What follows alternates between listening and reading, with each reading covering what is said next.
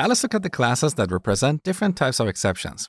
At the top of the exceptions hierarchy, we have the throwable class, which defines the common characteristics for all exceptions and errors, like an error message and the stack trace. So every kind of exception or error has an error message and a stack trace.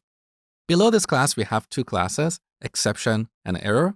The error class and all its subtypes represent errors that are external to our application, like out-of-memory error.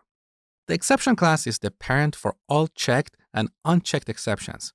Below this class, we have the runtime exception class, which represents runtime or unchecked exceptions. So if an exception class derives from the runtime exception, it's considered an unchecked exception. Otherwise, it's a checked exception. I know, this is a bit weird because we may think that any classes that derive from the exception class is a checked exception. So runtime exception should also be a checked exception, but that's not how it works. Why? Honestly, I have no clue. You have to ask the developers of Java.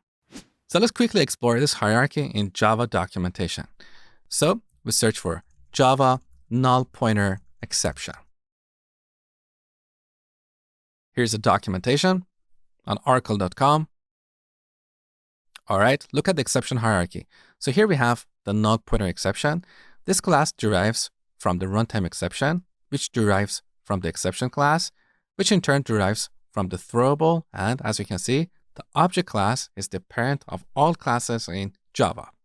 Now, if you're curious what other runtime exceptions we have, you can go here and under direct known subclasses, you can see all types of runtime exceptions. Now, you don't really need to learn about each of these individually. You will get to know them as you build Java applications. Some of them may never occur to you. So don't worry about learning all types of exceptions in Java. Next, I'm going to show you how to handle exceptions.